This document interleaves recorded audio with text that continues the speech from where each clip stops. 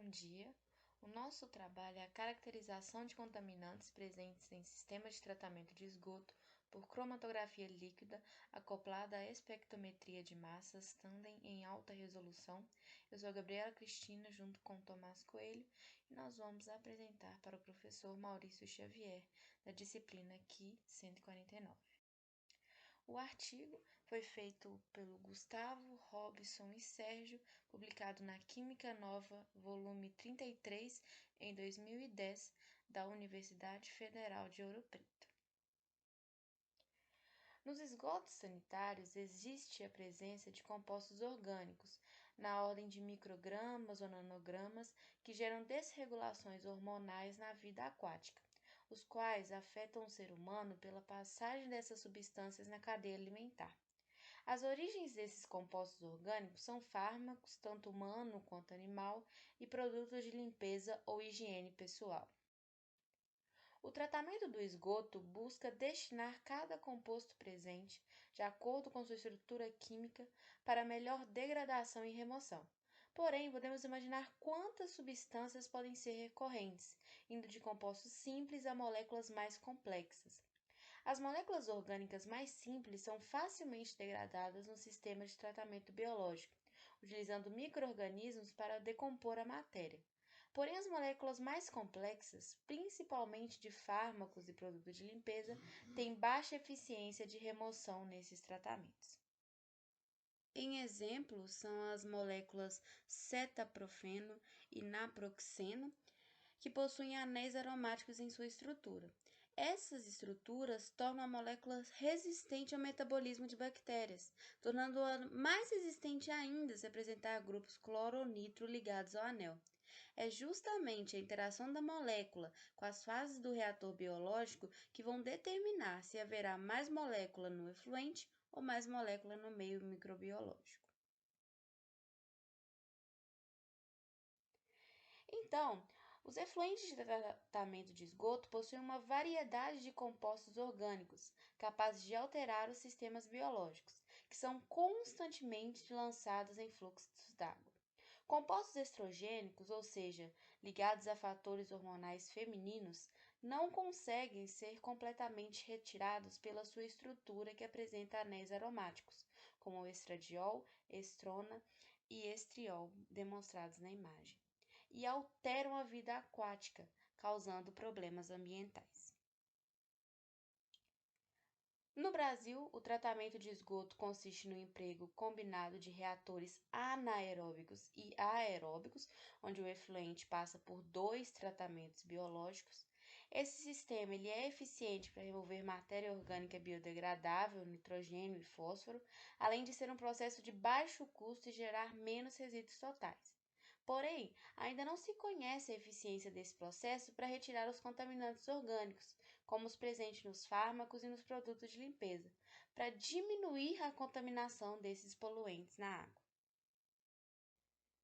O trabalho teve como objetivo caracterizar, pelo uso de cromatografia líquida acoplada à espectrometria de massas em tandem de alta resolução e ionização por eletrospray, os compostos orgânicos presentes no esgoto sanitário tratado que passou por um reator anaeróbio com pós-tratamento aeróbico.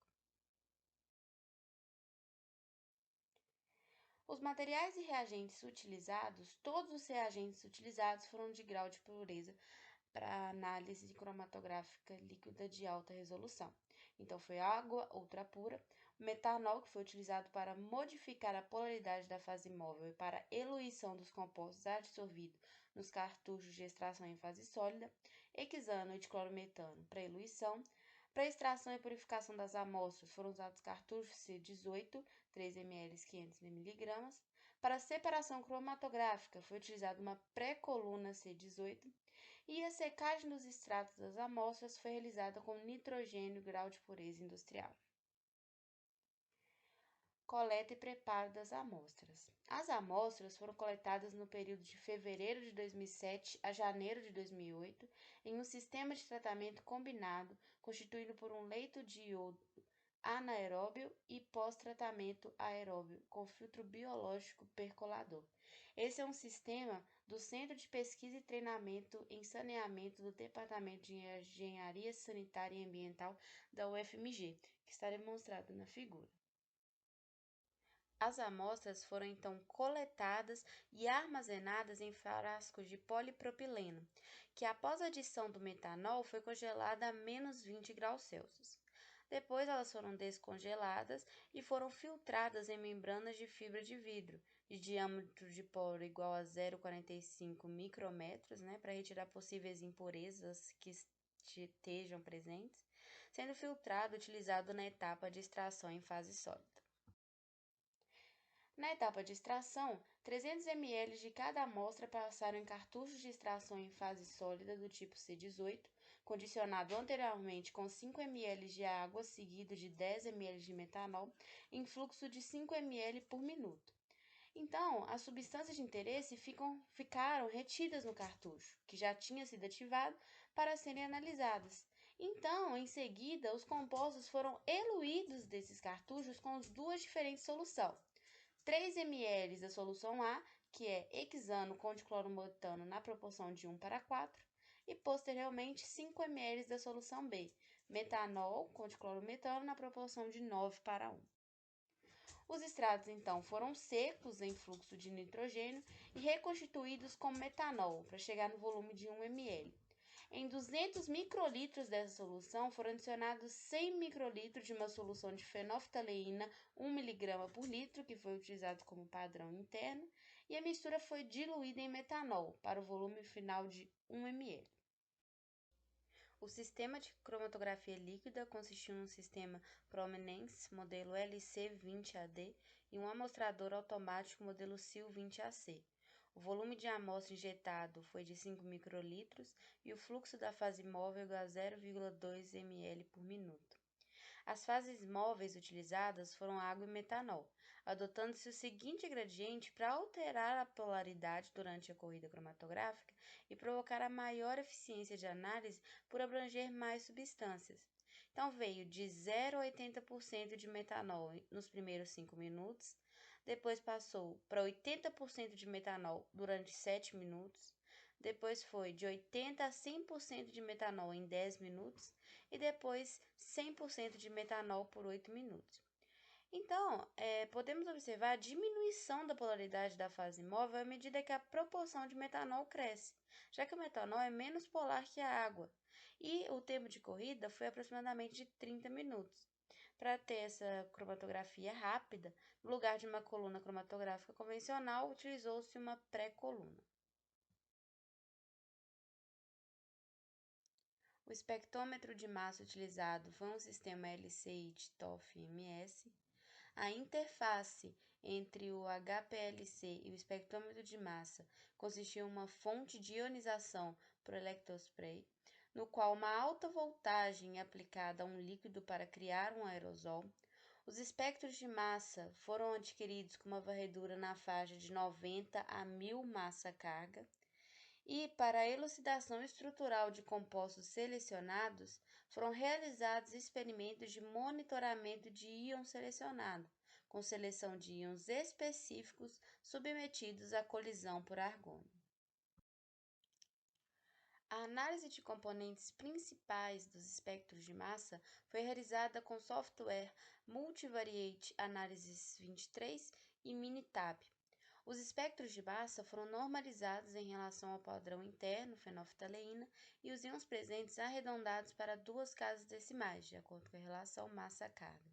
Para a identificação das substâncias e tentativa de elucidação das fórmulas moleculares e estruturais, foram selecionados íons que se destacaram com maior peso na combinação linear, de acordo com os componentes principais.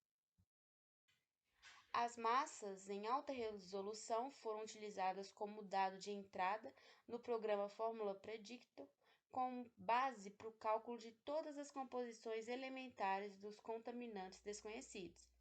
Os parâmetros configurados para os cálculos foram de carbono 0 a 50, hidrogênio 0 a 100, nitrogênio 0 a 20, oxigênio 0 a 20, flúor 0 a 20 e fósforo 0 a 3. Os parâmetros de ligações duplas equivalentes, que informa sobre a aromaticidade e insaturação das estruturas, foi configurado como de -0 a 5 a 50. Esses valores são o reconhecimento das composições dos contaminantes. Os compostos bezafibrato, bisfenol A, dibutilftalato e nonilfenol foram selecionados para uma análise semi-quantitativa, que são concentrações estimadas em relação ao padrão interno, que permitiu avaliar a degradação de tais compostos no sistema de tratamento. Para isso, foram executados experimentos que focaram apenas nos íons correspondentes aos compostos pré-selecionados, como demonstra a tabela, em que a ionização negativa corresponde às massas de alta resolução, em que cada estrutura molecular apresenta uma relação característica massa-carga quando feita essa análise de massa em alta resolução. Primeiramente, como a identificação de todos os poluentes é muito complexa, esse trabalho, o artigo, se limitou apenas às substâncias que se destacaram entre as amostras. E com o espectro de massa obtido para cada amostra, foi realizado esse tratamento quimiométrico para justamente realizar essa seleção dos poluentes mais importantes.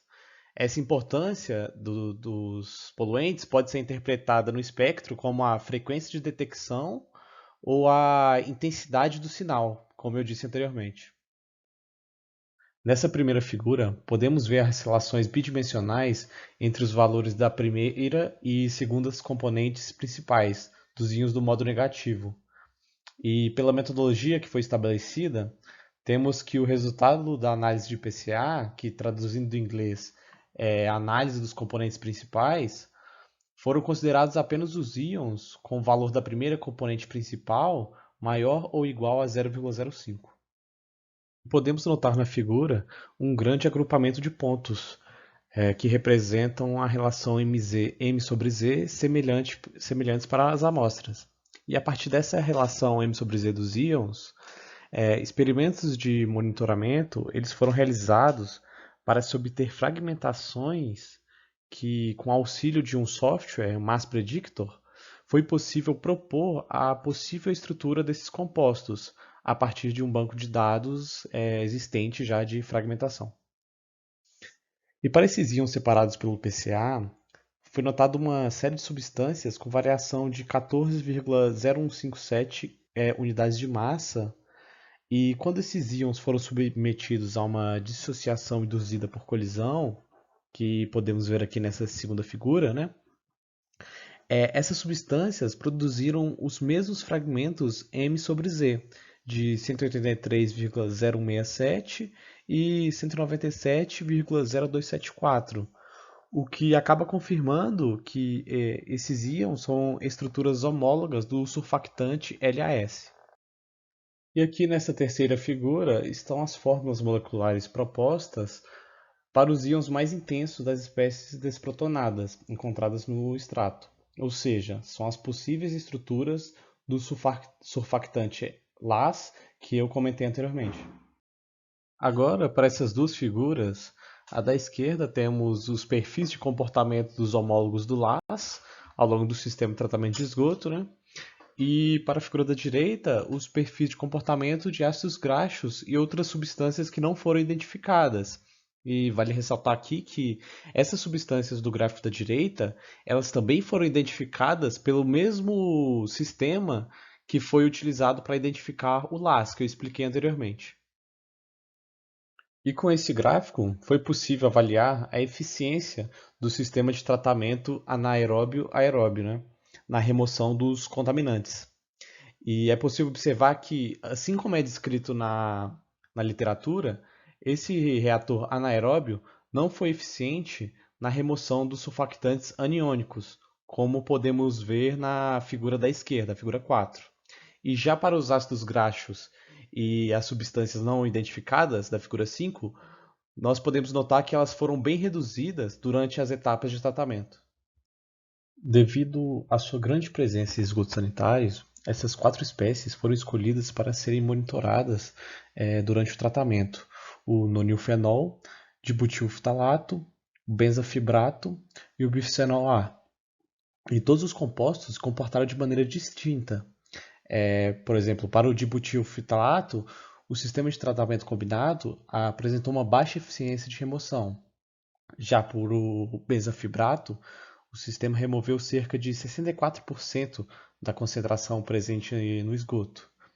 E para o bisfenol A, o tratamento anaeróbio se demonstrou pouco eficaz, mas o aeróbio reduziu sua concentração em cerca de 92%. Podemos concluir que, com os espectros de massa das espécies desprotonadas em alta resolução, eles possibilitaram a identificação e a confirmação estrutural de homólogos do surfactante LAS e também dos ácidos graxos de cadeia longa presentes nas amostras. Para o uso da fenolftaleína como padrão interno, isso possibilitou a análise dos compostos que foram identificados e também dos que não foram identificados durante as etapas do tratamento desse sistema. Ao falarmos do sistema em si, podemos citar alguns resultados, como a boa eficiência do sistema anaeróbio para a remoção de alguns ácidos graxos e também uma boa degradação dos poluentes LAS, bisfenol A e benzafibrato no pós-tratamento aeróbio. E essas foram as referências bibliográficas utilizadas para a elaboração desse trabalho.